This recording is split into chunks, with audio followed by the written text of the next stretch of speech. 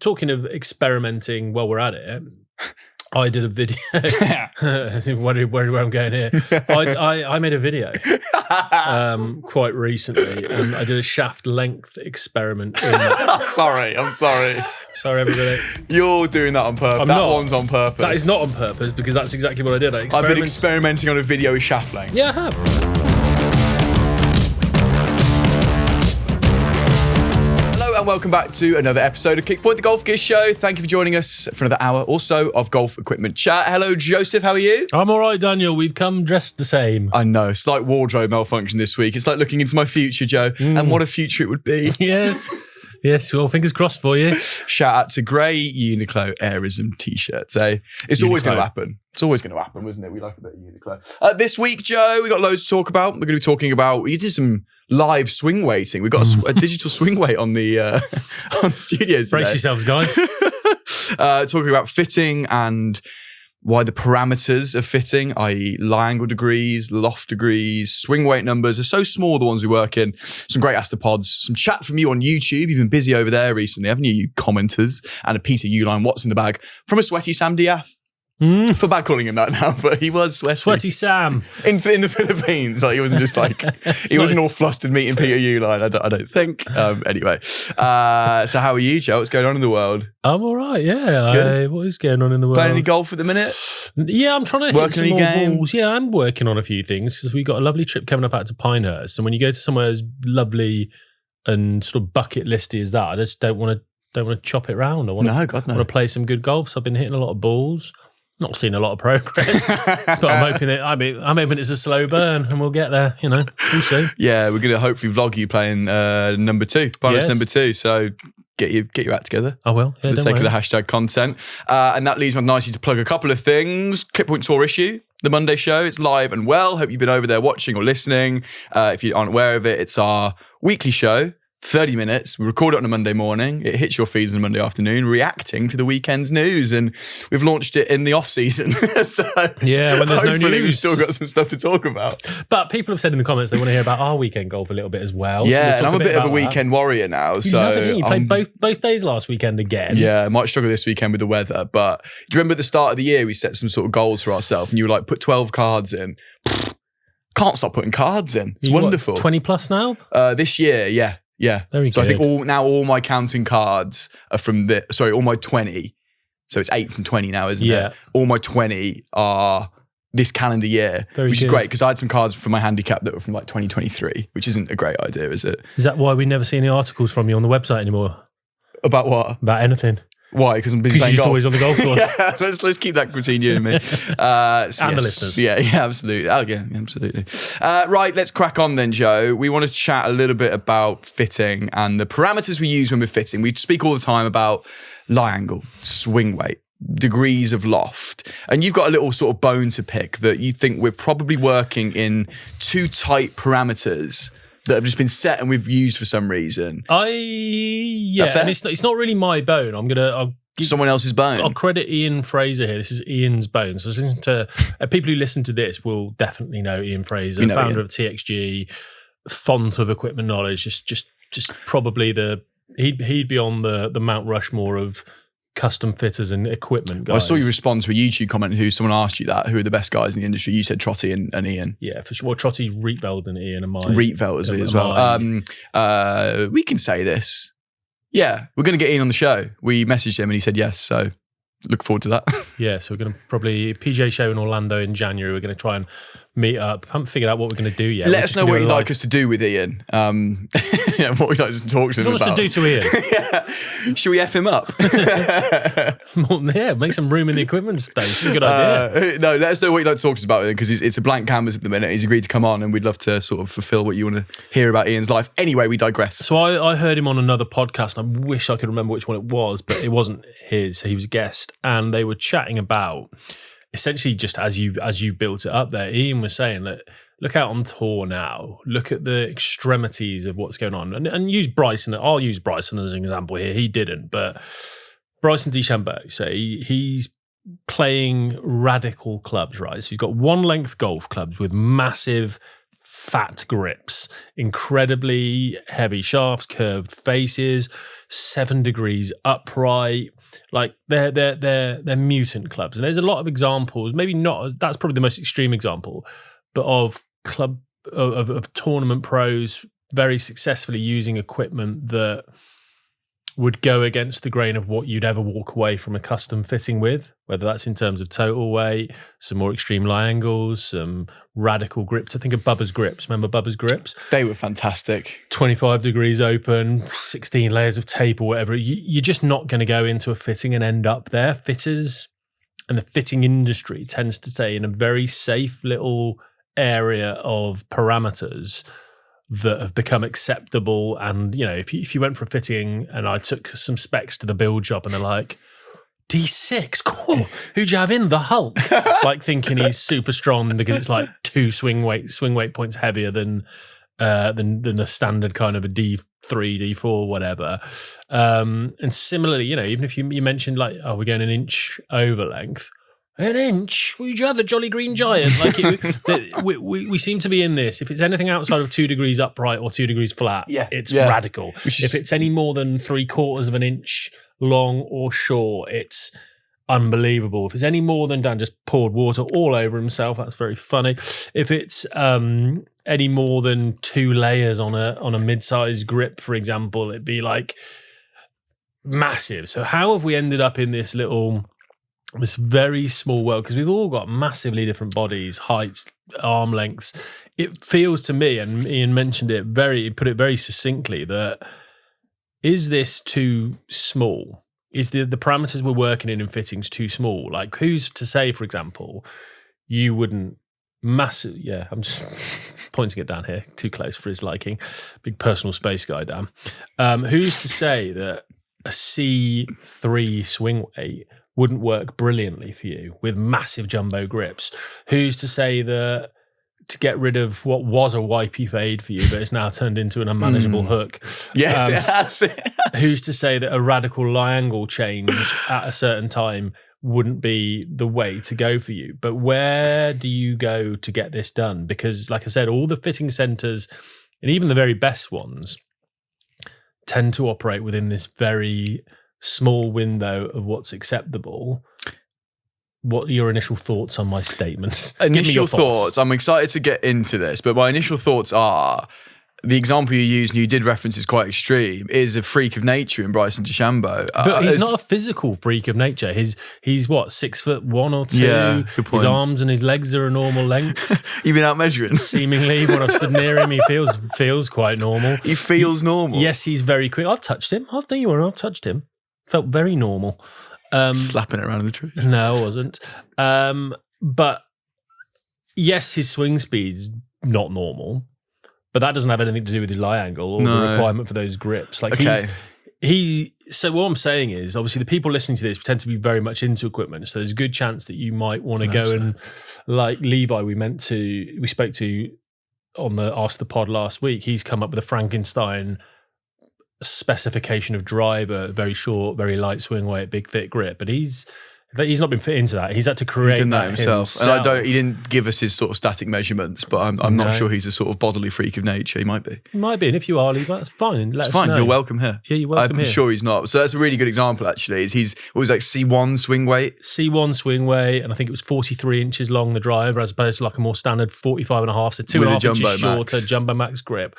So the only way to sort of hit on anything that might be bang on for you, which he seemed to think that driver was, for example, is to just go out and keep trying yourself, because the fitting centers, number one, don't, I guess, feel uncomfortable going outside of the accepted norms, because you don't want any comeback potentially in thinking, how on earth have you fitted him into this nutty spec? Because you're open to criticism there if you're going outside the norm, aren't you? Because collectively we've agreed, whether you're the fitter or the guy or girl who builds it, or if you're fitting it in American Golf and it goes back to the people at Ping and Gainsborough who fit it, if your name's attached to a fit that says 5 degrees upright, everyone's going to point the finger, because we've got this sort of group think that you can't be more than 2 up or 2 flat. Is that your argument? I think it's a fair one, the more you put it toward me now. And I wonder, as Ian did, I wonder whether you're people are being robbed of some of their potential, that some of these more radical specifications might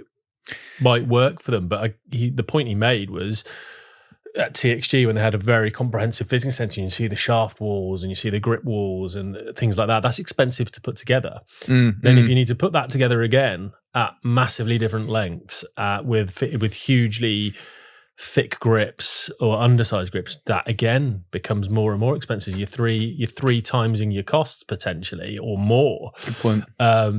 So it's a resource thing, but I'm very impatient. I like things to be done right. And I just feel like if it's just a finance and a resource thing, there's got to be someone out there who's willing to put the money in to create the most. And Ian was sort of alluding to a couple of things. I wonder whether he's got something cooking up there whereby it's going to be a lot easier to try something radically at other ends of the swing weight or the total weight scale. And I found it a really fascinating listen. It was only a little teasy clip that I saw. I'm going to listen to the full podcast because he's a fascinating guy to listen to. Some of the most extensive knowledge of everything equipment related. And I just thought, I thought it was really interesting. Talking of experimenting while we're at it, I did a video. Where I'm going here. I made a video quite recently, and I did a shaft length experiment. I'm sorry. Sorry, everybody. You're doing that on purpose. One's on purpose. That is not on purpose because that's exactly what I did. I've been experimenting on a video with shaft length. Yeah, I have. And I took 3 driver shafts of exactly the same model. So it was KBS PGW 60TX. And this was for a video where I was talking. It was a paid for video by Golf Clubs for Cash where we were talking about their QI10 Max driver. Go and watch it. Absolute humdinger. Leave a comment, leave a like. Okay, steady on. Do all of that stuff. But yeah, so some KPIs, have you? So I got a 44-inch shaft, 45, and a 46-inch shaft, and just measured what I was getting out of those from an output point of view in terms of clubhead speed and in terms of ball speed. And it was a very eye-opening video. Go watch it, man. It's done. I think, it's there. So, for example, give me the answers. Give me the AI summary. Well, everyone thinks, well, if I get a longer length driver, I'm going to swing it quicker, right? That's what I'd presume. I saw that. I 100% saw that. So 46-inch, I swung at 119.8 miles an hour. Ooh. The 45-inch went down to 117.1, and the 44-inch went to 115. So is it 2 miles an hour and an inch? That's what I was getting. That'd be different. It depends on how you create your speed. That's what I was getting. Basically 2 miles an hour an inch. Nothing funny about that. And then in ball speed, it was the exact opposite. So the slower I got at 44 inches, my ball speed was the highest at 172.5. And the quickest I was with the 46-inch driver, my ball speed went down to 170.4 because I couldn't consistently find the middle. Yes, my best ball was significantly quicker with a longer driver because when I did find the middle with it, just less off from that curve. Just didn't happen very often. So what actually netted out as the best average distance? My best average distance or ball speed, which essentially equates to distance because all the parameters are the same, 44 inches. There you go. Despite being nearly 5 miles an hour slower in clubhead speed, I created nearly 2 miles an hour more ball speed. So we've got to be, what you're saying is we've got to be toying around more outside of the norms, outside of the conventions. And even when you go to a lot of these brilliant fitting centres to try all sorts of different shafts, not loads of them have that shaft in 3 different lengths. And to your point, like imagine a shaft wall with every shaft X3 and then add another 3. In the different flexes. Add another 3 for the flexes, add another 3 to have normal, mid-size and jumbo grip on. And the weight categories. Oh my gosh. So I not get possible, really. I get well, everything's possible. Everything is possible. We send you to the moon then. You said that'd be a relief. You said having a studio downstairs wasn't possible, and I did it about a week. I said it might be difficult. I'm a radical optimist now. Yeah, you should be. Yeah. I've turned you, haven't I? We've been dressing the same. You have turned me. Yeah. So I would just love to see the opportunity in the facilities to be able to, like Ian said, you should do this. Push the bound. You should do this. £8.50 in my bank account. No, we've got lovely contacts in the industry who would be happy to be part of this, maybe. Food for thought. Food for thought, indeed. And one to chat about Ian with in the new year when we get him on. It's exciting, isn't it? Yes. Speaking of this, let's move on to this swing weight that's in front of me. Oh, yeah. Because speaking of the studio, and if you aren't aware, Joe has been busy beavering away in the month of November building the Golf Monthly, the brand new Golf Monthly Performance Lab, which is going to be part of the new Golf Monthly Reviews channel, which Joe and Sam Diath are heading up, which is I mean, it's going to be one of the most comprehensive review channels on YouTube, isn't it, Joe? It's going to be the most comprehensive. Excuse me. It's going to be it right there. Yeah, it's going to be the most comprehensive. So while you get sort of the occasional club we talk about on here in a review sense, what you're going to be doing down in that lab is extensive testing of pretty much every model of all the new clubs that are coming out. You and Sam chatting away, two balling away, reviewing the clubs. But the point I'm making here, other than plugging that, which it's not live yet. Wait, Slick. We will be there. You fit the Come on. You fit the performance lab out with a full workshop from Correct. your stuff you have at home. Is this the one from? So it's from Golf Mechanics. That's the ripper. So this is a digital swing weight. Auditor digital swing weight machine. And we talk about swing weight a lot. And I know we did an initial explainer on it, probably going back 12 months now. I thought it would be worth revisiting to be able to understand what it is and how it can potentially benefit your game and how volatile it is really as well. We're going to talk about. So essentially, I think it's one of the worst. We did the remove the total distance from the launch monitor tile thing campaign. Top the total. Toss the total. Toss the total. Yeah, we wanted to get rid of that because it's so irrelevant. I think this might be a candidate for the worst named part of golf because it doesn't have that much to do with weight. It's balance. I wish we could just call it swing balance. It's misdescribing it and confusing people, isn't it? Yeah, because as soon as something goes to D7, D8, as we've just talked about, everyone's like, oh, that must feel like a sledgehammer. But you can have an incredibly light golf club that's swing weighting at D weight because the bulk of the weight is down the head end and you've got an incredibly light grip or whatever. And it's going to feel incredibly light to swing, but it's going to have that D8 tag that people will think is heavy. So the two things are disassociated. It's just a measure of the balance of where the weight is distributed around the club. Permit me to demonstrate. Let's do it. You talk. I'll talk. What I want to know while Joe sets up the digital swing weight here, for those listening, we'll describe well. For those watching, I don't think you're about to see much anyway, so we're going to be nice and prescriptive for you as Joe lays this lovely, I feel like a test match special commentator. Joe lays the lovely Shrixon iron down, and it's just beat him out to the outside edge there. 12-1 England. I would love that job in the future. Brilliant at that I'd love well, that. I used to do cricket commentary. Anyway, we digress completely. As Dan's auditioning for a new job live on his current job. I've always thought, right, because when we first did this swing weight explainer, I was very young into the equipment game. It might have been our 10th episode, and I didn't really understand what's going on. I've genuinely learned loads since doing this, which has been great. This is going to be awesome to see. But is swing weight like if I put a ruler up the club here and C is down here, C1. Okay. No, C1 will be up there. Yeah. So it goes A, B, C, D, E, F, G down there, but you don't get A, do you? I mean, I've never seen it. I think it's kind of possible, I guess. Yeah, but you're the one saying we should think outside the box. Yeah, I'm like an A1. all right. Well, I'll build you a set of A1 swing weights. Shall we see how you get on? Yeah, but it is kind of like a scale from left to right as I look at this iron? A up here and a bigger letter down there. Yeah, it's essentially establishing where that balance point is in the golf club. If you want to think of it like that, traveling up the golf club. Yeah, possibly. So what we've got here, we've got, I think it's an 8 iron, isn't it? Just in the digital swing weight machine.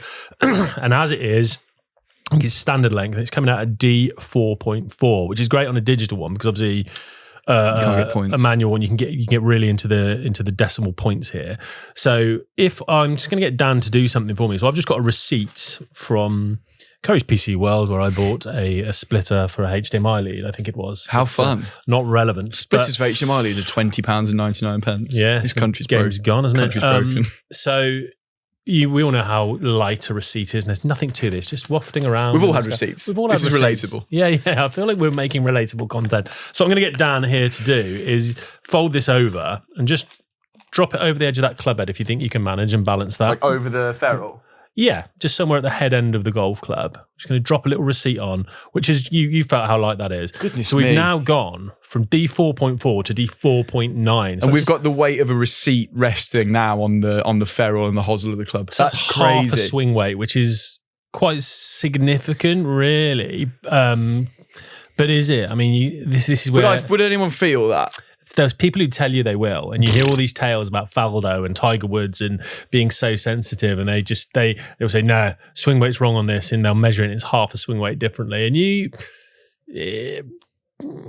do you believe it? Do you not? It's one of those things like, the older I get, the better I was. Mo Norman, the tales you hear about, he's never, ever hit a golf shot offline in his life. These type of things that are lovely to think about and are very romantic and are very difficult to disprove nowadays. So you just have to accept them as fact. I don't think so. You taking photos live? I'm doing B-roll live. Oh, that's very impressive of you. Well, you're going to have to do that quickly because at this point I'm going to ask you to give me my receipt back, not because I need to take the lead back, because I'm going to put it at the other end now.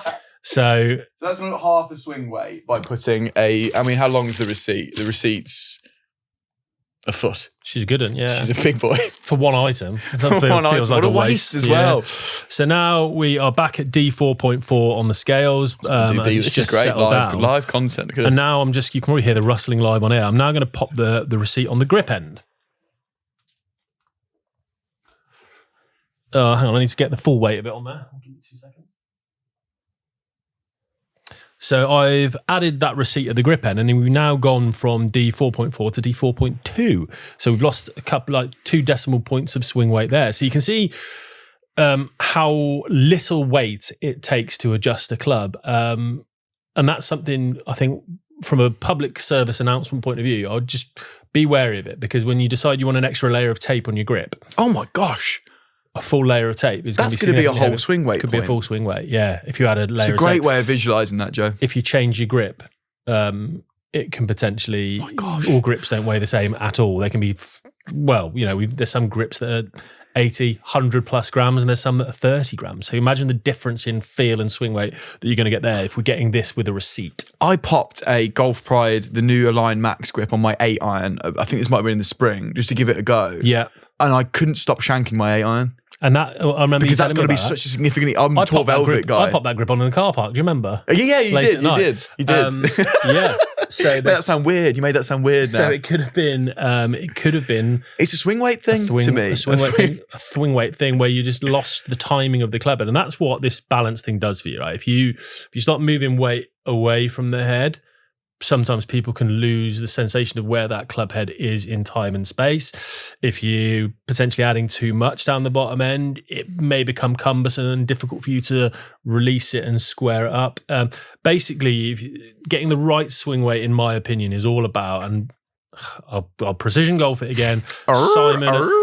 Simon at Precision Golf was the best I've ever seen at just eyeballing swing weight to it. Essentially, what you want to happen is you want the club to be at the perfect total and swing weight to just turn back and turn through, and without any manipulation or throwing or extra effort, that thing's going to present itself at the right time at the ball. Mm-hmm. If it's too head heavy, you're going to have to fetch it and find it yourself. And if it's too balance points too high, potentially you're going to throw that club and it's going to be past where it needs to be when it needs to be there. And I just wanted to sort of demonstrate how volatile that is, and also going back to that parameters stuff, if you've got someone who has a ton of lag, you might not want to coach that out of them because they're getting leverage and compression on the ball, but swing weight is going to be key there. You see a lot of players with a lot of lag, like a Sergio, who does a lot of counterbalancing, because if you have so much head weight down the bottom end and you've got that much lag and leverage in your golf swing, it's really difficult to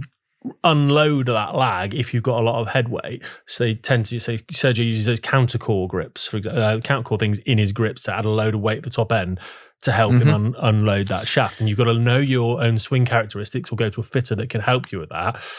And again, he's like I'm sure his swing weights are something like C7, C8, which is like unheard of other than sort of Bryson. But there's these extreme parameters, and if you're someone that struggles with that over release and you're flipping a hook all the time, and you just can't quieten your hands down, again, think of extremities you can go to as experiments. Just do this on one club, like order a Jumbo Max XL grip that potentially is going to slow the rotation of your hands down. That's a wisdom that's been challenged of late as well, but go the other way as well. Order an undersized grip and just flip them off. It costs you 10 quid a time. I get it, it's an expense, but if it's going to improve your golf in the long run, add a boatload of head weight down the bottom end to see if having that head weight just leaves the head behind a little bit for you and you're not over flipping it. What I'm saying is that there's if you get into it, there's all sorts of things that can be achieved. And I might be talking out on both sides of my mouth here. You might be masking putting a plaster over a broken leg if we're masking it all with equipment. There could And be we spoke about something. this last week, didn't we? Like, when does a lesson need to become an equipment switch and the other way around? Exactly. But what I'm saying is there's options. If you understand this stuff, there's options out there that can really help your timing and delivery and improve your golf and ultimately improve your enjoyment of the game. 100%. And that's a great experiment to show how volatile it is and how many swing weight points there are to be had and to change. And great piece of advice you gave me, I think when we first did this chat, was if you've got a club you love for some reason, you always hear someone, can't hit my 6 iron, love my 7 iron. Great. Get that swing weighted. Understand what. Go on. No, go on. Well, I was just going to say, what's great to know is that people listening to this are actually doing this stuff. So Sam, friend of mine, Sam, who listens to the pod, Sam Strange, shout out Sam, and Gina, apparently his wife, who listens in the car and doesn't. He didn't say she liked it, but he said she never turns it off when it's on the radio. So I'm taking that as a fan. She obviously likes our chat enough, but without actually having to listen to what we're talking about. Not offended by us. So that's good. Thank you, Gina. That's a huge compliment. Yeah, thanks both of you. But Sam is basically, he was messaging me, he might be popping in. I've told you about this. Because he knows you got a new workshop to go play in. Yeah. So he's basically found a set of irons that he loves after a long time, and he just wants to know what they are to record that so he can replicate it for future sets of irons. Because obviously, like, irons wear out. He might just fancy a new set of irons. And if we found a spec there that just suits him down to the ground, just that's a great starting point, I think, for anyone listening at home. Because I'm like this. I'm going to do this later because I got my clubs with me. I'm going to swing weight my favourite club because I have no idea what swing weight I like. Yeah. Not a Scooby. So, and that's a great starting point for people to work off then, isn't it? If you're a little bit lost on that at the minute. Because you don't always have access to this stuff and it's weird asking, sometimes you don't know the people to ask the people, blah, blah, blah, blah, blah. But don't stop with just swing weight. Measure the total weight as well. Because as I said, D4 I'll give you the example. I'll go back to Bryson. Look at Bryson's total weight of his club. So I can testify to this because, as you know, I've played his spare set of clubs. Do you remember? I remember that vividly. You were there. You were caddying. It was a great day. You were playing. You were playing badly. And yeah, so I had a spare set of irons, and they were C2 to C4 as a swing weight, but they were 516 grams in total per club, which is heavy, colossal. Yeah, so we had 130 gram shaft, we had 125 gram grip. I think it was 261 head. So it's a heavy club, but the weight, the majority of the weight's grip side. Because the grip was so heavy at 125 grams, whereas a more standard setup might be like a 7 iron, might be nearer 420 grams. He'd have like a 270 head. So the head might be a fraction heavier than what he was using. But then you might be in 100 gram shaft, for example, 100 to 130. But most standard grips will be around the 50 gram mark. So while that'll swing weight massively heavier, it will still feel light as a swing because ultimately I'm still trying to get this one object around my body. No matter where the balance is, it's still going to have a mass, and 516 grams versus 420 grams, you're still going to notice. So I would also just record, if possible, the total weight. What am I doing with that information though? So like my pitching wedge is my favourite. You don't build, do you? But you can take that to me. Yeah. You can take that to Precision Golf. You can take it to my pitching Levi wedge is Rutherford. X weight. Yeah. Yeah. And can you build these to a total weight of this and a swing weight of this? And some of it's component dependent. If the components don't just add up to what you want it to be, that ain't happening. But you can then, what's the right word? Procure the correct components. Yeah, great use of English. Thank you very much. That's really nice, wasn't it? To make sure that the total weight hits. But I'm a bit lost on total weight, but let's just move on. We'll get into that. But I think those I don't see the relevance of total weight. Because it's still a mass you've got to move around your body. You might go, I like D4 as a swing weight. But if it's 100 grams. Yeah, and then I make you a 50 gram shaft with a super light grip and drill all the head weight out of the head. Okay. That D4 isn't going to feel like the D4 that you like. So if I like my pitching wedge, right, I'm going to use that example one more time, and I swing weight it, it's X swing weight, and I weigh it, it's X weight. Yes. That's what I like my pitching wedge to be. Obviously, every club gets heavier working up famously because there's more of it. God bless you. It's just something to work off. It's just a piece of information that's worth having is what we're getting at. Right. Cool. Great. It's not that important. I was worried it's important. I'm getting anxious for some reason. It's really important. Why don't I know my total weight? Thank you, Joe. I'm really getting into all of this. Like, not that I wasn't before, but like, I love that we've talked you around. You're so ambivalent to this podcast, really was, yeah. I was like, I'll hang around. I'll ask the man the questions, but really interesting stuff. And we'll have more of this workshop sort of stuff at Kickpoint here with all the equipment we've got, but obviously on that new reviews channel as well. Right, Ria, Nature Valley over there. Time for our favourite part of the show, and yours as well, hopefully, because you get to ask us a question in Ask the Pod. I'm really thirsty. Do you mind if I have a drink? Can you sing with me? Yeah, sure. I'll have a drink afterwards. Can you sing with me? Ask the Pod! Ask the Pod! Ask the Pod! Ask the Pod! Thank you, Rhea. You're amazing. Thank you. We have got some wonderful questions in. Where should we start today? Hope you starting where I want to start. Where do you want to start? Online shaft calculations. Ah, wonderful. Yes, this came on from YouTube. On the YouTube where everyone can comment, which you do get a lot of lovely comments in there. And Joe, you're often down there replying, so good for you. Didn't reply to this one because we wanted to save it for the show. It's come from Fairway Dodgers on YouTube. Quite simply, just wondering how good / trustworthy are the D2C online shaft calculators. These are the ones where you can't go and get fit for a Tacoma club, for example, but they'll have some sort of questionnaire that leads you down the right path. Fairway Dodgers wants to know. Does it though? You've just tried to answer that. Does it lead you down the right path? Fairway Dodgers wants to know, how accurate is that really? I've written here, wouldn't touch it with a barge pole. Wow. And for our American listeners, no, that's an American phrase. Do they have barges in America? I don't think they do. Did that not come up in American studies? Then on a barge module? Well, if there wasn't a barge module, then maybe they don't have them. That's why. There you go. Basically, you wouldn't go anywhere near with it. a big long stick. With a big long stick. I just think it misses so many important parameters, like crucial parameters. So most of them will ask you questions about what's your club head speed, what's your tempo, like who knows their tempo. So all comments in a minute, but I did a Tacoma one last night, and I was sat there like, what? Rate your tempo 1 to 5. I don't know. Try and be smooth, but often I'm a bit quick. But I don't know what that means on the number chart. So. Well, to give you a little compliment in passing here, I'd say you're a very smooth tempo. I like your tempo. You get a lot of compliments on your golf swing from my friends. Do I? Really? Yeah. Don't worry, I correct them. Put me in touch with them. Go play golf with them. And then it might ask you for what's your regular miss, what's your shot pattern. The most important things to me in shaft are how and where in the downswing the club is released. So are you holding on to it with a load of lag like Sergio? Are you casting it early? Are you releasing it with your hands? Does it tend to get released with the turn of your body? Like all of these things that you need to see. You have to see this stuff to be able to get a well-fitted shaft. And, not only on that, like what's that doing to the ball flight?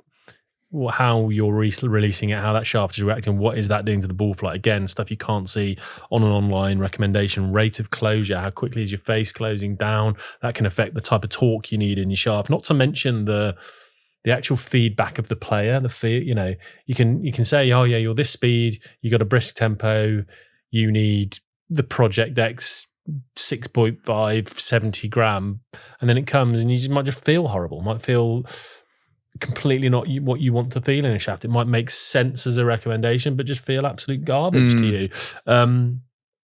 So yeah, I mean, to me, and then people saying, look, it just gets you in the ballpark. I don't think it does. I really don't think it does. I think you can be still so far off. My only experience of it, do you remember I did one for LA Golf? Oh gosh, yeah, with their driver. The driver, so the variable face bulging driver, the LA Golf driver. Yeah, again, that was kind of right. We need you to go through the fitting process online, and really high quality shafts, by the way. And I actually really like the driver, but the shaft that came was just did not work for me at all. I just could not find the middle of the club face. I put it in my Ventus Black and immediately started centering it again. They were brilliant. They rectified it and they sent me some other options and stuff, but that's not but not everyone will get that service because you're a journalist. And then so you made a very expensive mistake from a model that just doesn't work. I'm really glad you've been so forthright on that because I suspected that would be the case. I didn't want you to dance around the houses and go, it's just a straight no from you. So what's the solution? Because we love these irons. We love New Level, Tacoma. We've spoken at depth about the great options and the cheaper options that are out there. Would it be go and pay 50 quid for an hour's fitting with a similar head to what you're looking for and get the shaft locked in and hope that Tacoma, New Level have that in their matrix? Basically go for a shaft fitting for your iron. So you can order it in. Potentially, yeah. It's just sometimes there just aren't easy answers to these things, are there? We all want that's why we create these things. That's why companies that have their, those ball recommenders. I used to laugh on those kind of ball recommendation things. It's like, what do you value most? Height or my money? Yeah, money, height, ball speed, spin around the greens, this, that, and the other. And then it'd be like 5 or 6 questions, and then it would always go, yeah, you're in the most expensive one. Like whatever you said, you're Pro V1. Yeah, you tried all the answers. And I've tried every combination. I'm always in the most one of the most. I want low spin, high launch. I want no spin around the green. Pro V1, unbelievable. Yeah. So, and that's not just Titlers, by the way. That's every sort of online ball thing that I've ever done. So we all want that. The world works that way, don't we? Everything we try and do, we try and make it easier, more user friendly, quicker. But unfortunately, sometimes you want to do things well. There's a cost to it, and there's a time element to it. You can roll the dice and just order what you think might work, and you might get lucky. You can roll broken clocks right twice a day. Correct, but if you want to ensure or get very close to ensuring that it's going to work, you need to put some graft in. Put some graft in. So I know what iron shaft I like, for example. I've just known that for a while. Stick. Get it? Yeah.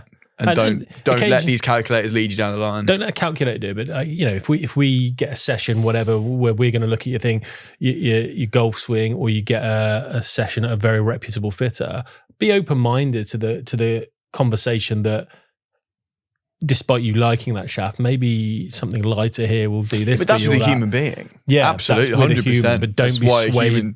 Don't let the calculator do Correct. It. Stop the calculator. Yeah. Thank you for your question. Good bit of advice there, Joe. Some other comments on YouTube that come in over the last few weeks. Sidles on YouTube. This is in reference to you talking about practicing with a blade or giving kids blades to help improve the shot. Stop mollycoddling these kids. Spot on, Joe. In my halcyon playing days, I would practice with a bargain barrel 5 and 7 iron blades, and the feedback put me in good stead for when I went on course with my Ping i3s. Yeah, Perfect. Exactly that. It's just the simple concept of making practice more difficult than playing. Love the word halcyon as well. I'm going to start using that a bit more. It's a beautiful word. I hear it a lot, and I'm not entirely sure I know what it means. Halcyon, I'll find it's like the great days. Halcyon days. Definition. Yeah, I remember. Denoting a period of time in the past that was idyllically happy and peaceful. That's a lovely word. Let's get halcyon in there. Let's start using that some more. I've now lost my I'm having a halcyon time, Dan. I'm having a halcyon time. Don't think that's the right way of using it. On range rage, which we're now calling range rage, which someone put in. You had range rage last night. You rang me up from the range. No, you left me a voice note from the range. Yeah. So I went to the range at like 8:00 p.m. and I was like, it closes at 8:30. So I was like, perfect. Last balls. Oh, there'll be nobody there.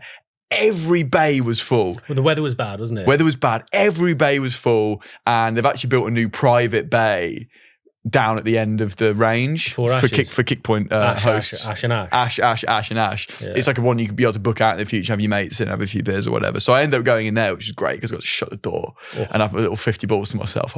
That was a halcyon day. Halcyon range trip, wasn't it? But they're busy and it's great. However, I was really worried by rant a few weeks ago. It was going to come across badly, but no one's called me an expletive yet. Damien Lanigan, to my face anyway. Damien Lanigan, my local does bookings by time, no more than 2 people per bay. It's busy but very manageable. And no piped music, the increasing prevalence of which is maddening and baffling. Yeah, spot on, Damien. James Thomas on YouTube agreed completely on the range rage. My club has top tracer style system now. It's pretty great in general, but the balls have doubled in price and it's bonkers busy when you have to warm up before It's a really difficult topic, isn't it? Because like you can't sound really shrink the game either. Yeah, and I don't think that's right. And I see so many people having a really good time doing it. It's just that it's really difficult to practice in that environment. It's become more 10-pin bowling than a practice environment. It's an event for people to go and enjoy for an afternoon morning, which is great. But FL Golf for 009 +1 for team shrink the game.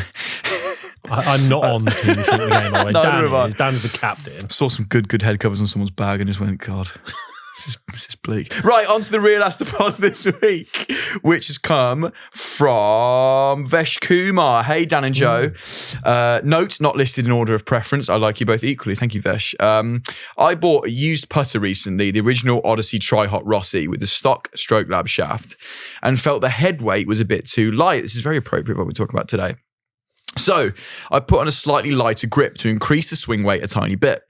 Although, does swing weight matter as much when it comes to putters, or is it total weight and head weight more important? We'll come on to that. Sadly, the replaceable Odyssey head weights seem to only come in lighter sizes in the stock weights, so I bought some lead tape. Good.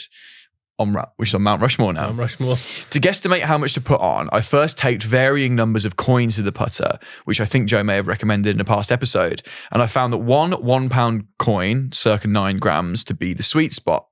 To my surprise, the coin added some extra vibration and feedback, which I really liked the feel of, and I think it helped my distance control. Replacing the coin with lead tape sadly brought back the normal white hot. You're right. It's the gas coming through the room.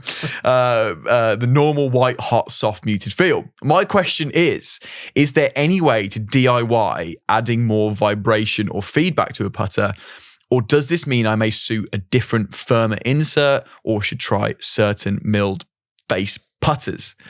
I also found it interesting Ping recommending heavier putter head weights for slower tempo in putting strokes in their putter fittings. Would be cool to see you both get a putter fitting at some point. Right, kind regards, Vesh from Truro/Cornwall, but now unfortunately living in Milton Keynes. And those are Vesh's words, not mine. Vesh put that down. I've noted that down. Yeah, here, I'm not made me essing on Milton Keynes, though I've heard terrible things. My brother moved to Milton Keynes, and within 4 months immediately made his wife move, and they moved to Worcester. He just hated it. We love Worcester. I like Worcester. Yeah. I've got a mate who has to go to Milton Keynes once a month for work. He says it's just bleak. We move on. couple of bits from Vesh there. Thanks for taking the time to put your email in. Do you want to do the main crux of this argument, which is like, he's whacked a £1 coin on there, love the vibration it gave, and then that went away. Can you DIY vibration? Yeah, I mean, it's difficult to quantify, obviously, and measure vibration. There's no number, is there? There isn't, not that I'm aware of. There's probably a frequency, maybe, or something like that. Yeah. And I don't have any concrete advice on this. However, I remember going back a few years. It's something to try if you're bored. I can think of some other things. No, this is good, Dan. In this tackles 2, so this will add some swing weight as well. So he could kill 2 birds with one stone here. An older way of increasing swing weight, particularly in putters, actually all clubs. Remember the corks that Tiger Woods, the wooden dowel that Tiger Woods puts down the shaft to reduce vibration on his irons. Well, an older way of adding swing weight, loads of people listening will be like, oh, I used to do this. Take the grip off, pour sand down the shaft. So the sand will seat itself at the bottom of the shaft, very much head end. So wet sand? No, dry sand, please. Is that going to be flying around like an hourglass in there? Yeah, but then you cork it afterwards. Oh. So then you pop your cork down the shaft, little ramrod or a stick, and force that into place. Ideally, a bit of glue so it doesn't come loose. And it compacts the sand. A little bit down there. And every time I did that, because when I was tinkering when I was younger, couldn't afford lead tape. Tough times at our place. And this was a way of doing it. And every single time I did that, I got way more vibration and feedback up the shaft. I'm not sure why, because in theory, packing out the shaft should maybe tighten that vibration. But I guess the little micro gaps between grains of sand or whatever, I don't know the reason. But I very much remember feeling more of that vibraty frequency feel up the shaft. And it adds swing weight. So there's a really good chance, actually, if you measure out 9 grams of sand, if that's your number, pour that down the shaft, cork it up. I would hope, I haven't done it for years, something to try. Worst case scenario. On the putter as well? What do you mean on the putter?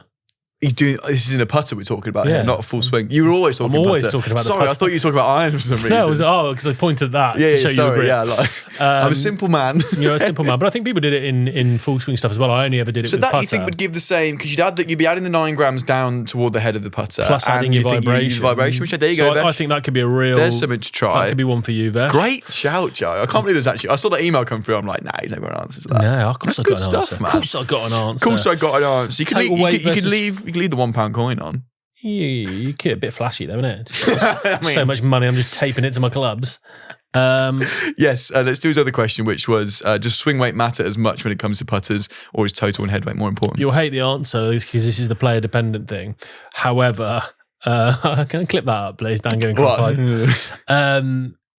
For me, putter total weight is way more of a thing. So for me, and again, caveat, who knows for other people, but I don't feel the stroke is long enough or I'm putting enough force in it for the swing weight to actually have much of a momentum impact. So just the whole total weight of the implement that I'm moving is far more of an issue for me. And I've always liked a really heavy putter.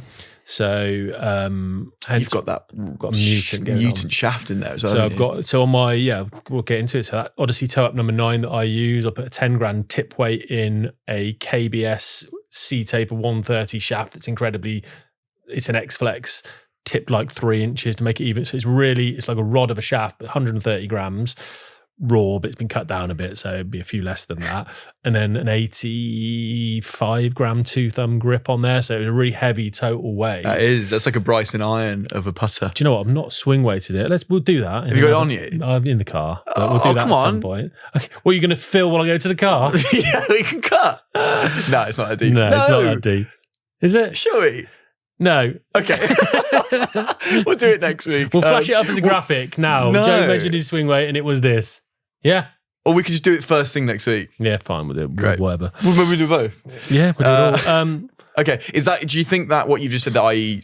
Total weight being more important, do you reckon that's the more commonly held opinion in the golf world, or is it completely based? There's so many people have so many different things. And I say this a lot. Mike Taylor, who now builds for Artisan, used to build for Nike, almost completely refutes the idea that swing weight's a relevant parameter, and it does everything on total weight. I love how we're still debating this stuff. I'm all for it. Whereas we asked Trotty when we spoke to Trotty, and he was like, "Oh, swing weight 100%." Like no argument in his brain at all. So it's just, you have to put it down to one of those player dependent things, I think. There you go, Vesh. Thanks for your email. Let us know if you try the sand. I'd be really interested to see if that functions. And good luck getting out of Milton Keynes. Yeah, sorry about it goes well. Sorry about that. From Truro and Cornwall, that's a much nicer place to Truro be. in Cornwall, the PJ West region. Is Truro in Cornwall? I thought Truro was in Somerset. No, Truro's low. Is it? Like the end of the world. I'm thinking of Taunton. You are thinking of Taunton, yeah. That's Places beginning with T in the southwest. Go.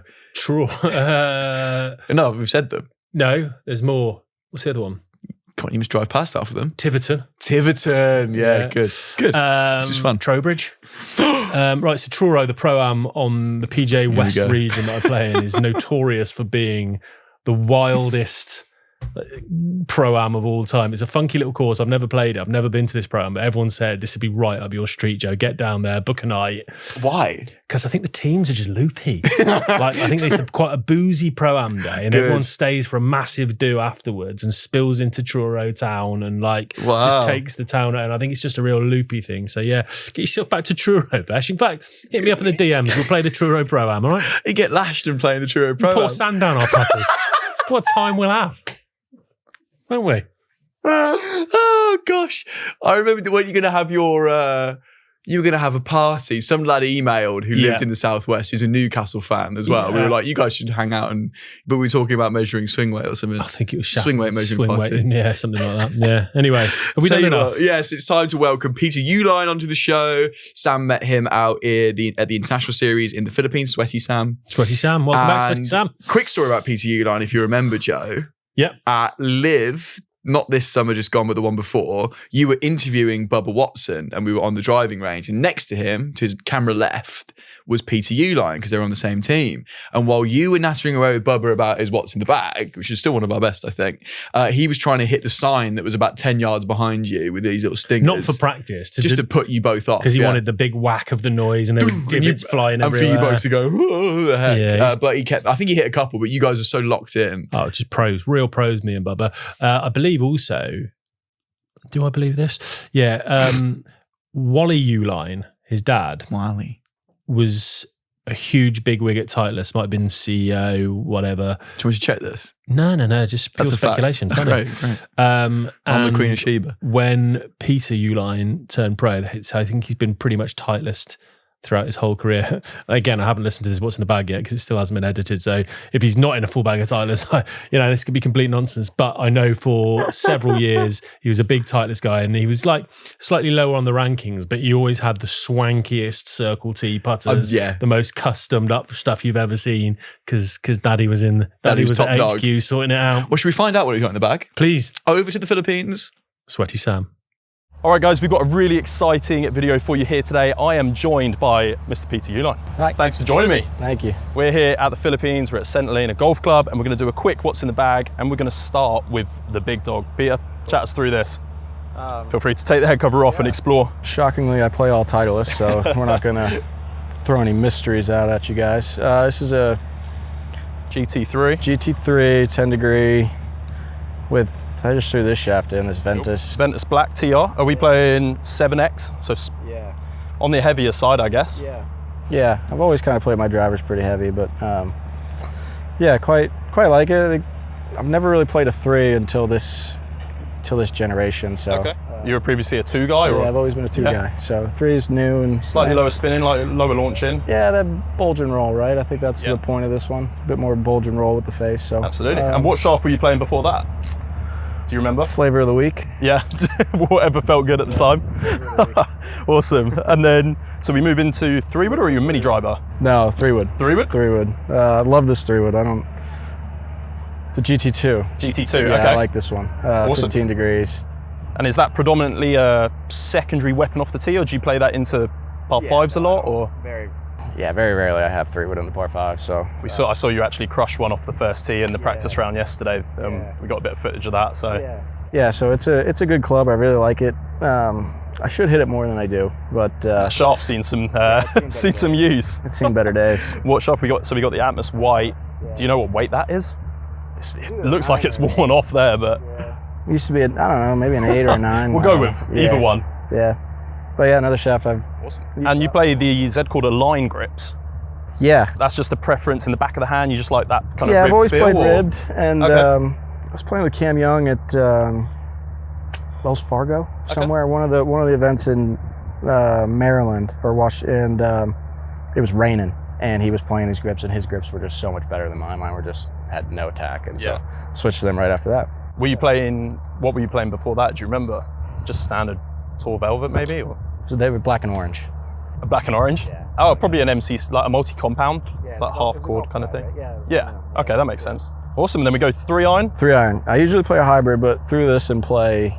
Cool. Ventus Black HB shaft as well. 10 TX. That is stout. We don't see many 10 TXs out there, so. But I literally grabbed this in my garage as I was packing up for this week. Okay. What was the thought process behind that? Just my hybrid had been crap. Yeah, fair enough. I just mix it up. Been hitting it crooked, so I was like, man, let me just grab the driving iron and see what I get out of it. And figured I'd use it a couple times this week, so I was like, it's good. And I'll probably use it a few times next week at Hong Kong. So I was like, all right, that's a good time to bring it. Awesome. And did the hybrid make it to Asia? No, she's here. Oh, okay. She's it did here. make it? Yeah, no, she made it. I love my hybrid, but I'd had a couple rough. It's just been a rough spell. Yeah, rough couple weeks at home with it, and I'm like, let me just give it some time off. Okay, awesome. And then we go to 4-iron through to 9. Okay. 620s. The whole way through. Okay, cool. Yeah. You're one of the few. I feel like you're one of the few guys that plays a blade now the whole way through. 4-iron. I was messing with those. I don't remember. I was messing with something, but then right when I switched to join Live, I went right back to these and played. I think I played great. Right. Just something comfortable. Yeah, I've always played blades. Awesome. We got some kind of leading edge grind there as well. Yeah, I take off the leading edge on all of them. I was doing it with like my 9-iron early on and 8-iron, and then I just did it for the rest of them. Just turf interaction, really. I just like it. Just get through in and out a bit quicker, I guess, right? Cool. And then pitching wedge, is it 48 you go to? 47. Just 50, bent a touch? Yeah, 47, 53, 58, 62. 62, okay. This one's awesome. I love this one. Yeah. My 62 is awesome. But, yeah, that's got some serious kind of work done on it as well, right? Yeah, I basically tell Aaron from Vokey, whatever Patrick Reed uses, I'm just like, hey, just do that. You wouldn't believe how many people say, oh, I saw Patrick Reed's grinds and just said copy him. There's only, Brett Rumford's probably the best that I've ever seen, but Patrick Reed's he's the best I've ever seen, really. I mean, Brett, Hands on him. yeah, it's just insane. But he has this grind, and it's just every time I sit it, I has zero bounce. So I just. Do you know what Vokey grind it was originally, or? I think it was a V, maybe. Okay. And then they've just gone to town on it. Yeah, a lot of heel relief, a lot of back relief. It's quite a wide sole as well. Yeah, right? no, it's. I love this thing. It's amazing, and but yeah, no, they do a great job, and I'm very picky with it, but no, I love it. It's been absolutely insane. So Awesome. And then the flat stick. putter, yeah, we've used her for a little while. Grip seen better days. Yeah. But yeah, no, it's got. Awesome. Yeah, It's got kind of like that fast back shape. yeah. I've used this probably for about 5-6 years now, or Yeah. maybe 5 years. It's got my kids' birthstones are maroon, so that's why the color. And it used to have it maroon there, and it's That's kind of very cool. it's kind of buffed out a little bit. But Bit of custom paint, custom stamping on yeah, there as I well. got my kids' initials there. I got my dog's initials there. Awesome. So yeah, I love this thing. I remember kind of previously you had a kind of Newport 2 shape with the orange paint filler. I mean, I'm talking years ago now. Probably, yeah. I won the USAM with something similar. I Yeah, used the that was it. 2.5, and I've used this neck for forever. It's kind of that short kind of slant. Yeah, I don't know what they call it, but I've been messing with that new they call it a fastback, but it's definitely not. It's their Kind of like their jailbreak straight. version. It's kind of Yeah. I've been messing with that a little bit at home. I think I put it in play kind of the last couple events. okay. And I went back to this at the Dunhill. And Slightly different face, right? They've got that studio carbon steel insert on the other ones. yeah, I got one that has a different face than that. Though. Okay. So they're making them where you can get different, like SS. You can get GSS, SSS. You can get Trillium. So they're making Okay. different types of faces for guys. And but yeah, this one's just SSS. Stayed in the Love bag. it. Old yeah, trusty. Yeah, she's been great. Love Awesome. her. And we'll end with golf ball. What golf ball do you currently play? 25X. 25X? Yeah, nothing special. Common kind of Yeah, ball nothing at the moment. special. A lot of guys I like spin. moved into it. Yeah, I like spin. Awesome. So Well, there you have it, guys. Peter, thanks so much for joining us today. We appreciate your time, and good luck for the rest of the week. thank you. Thank you. Cheers. I thought Sam looked okay there, Joe. I think he was holding up. Maybe it was early in the day. Sweaty for me. Sweaty, yeah. I dread to think. Thank you, Sam, for your hard work. We keep sending our roving reporter, Sam Diath, out. We've got to get him back on. He's doing all right. He's nipping off to the Philippines, That's a good Wentworth. point. He's doing all That's right, a good Sammy. point. That's a good point. Another great What's in the Bag. And thank you, Peter, for coming onto the show. And that's it for this week, Joe. On Monday, you'll have your tour issue arriving on Monday afternoon here in the UK. Don't know what we're talking about because we film it on the day, Joe. That's the whole point. If you haven't gone and checked that out yet, please do. Another feather in our cap there, another bit of content for you to consume. And next week, we've got new clubs to talk about, Joe. The first launch of the year, PXG Lightning Woods. You pick. I was thinking more Lightning McQueen. Okay. No, is he Ka-chow? Ka-chow. Thank you, team. Ka-chow. So you got that to look forward to next week. We've both hit them. We've both been fitted for them. So should be a great chat. Some stuff about Putter Loft and some more of your fantastic Astropods, which have been flying in recently. So a lot to look forward to next Friday, but we'll see you on Monday for the tour issue.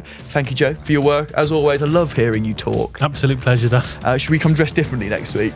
No. Okay. Until then, goodbye. Thank you. Cheerio.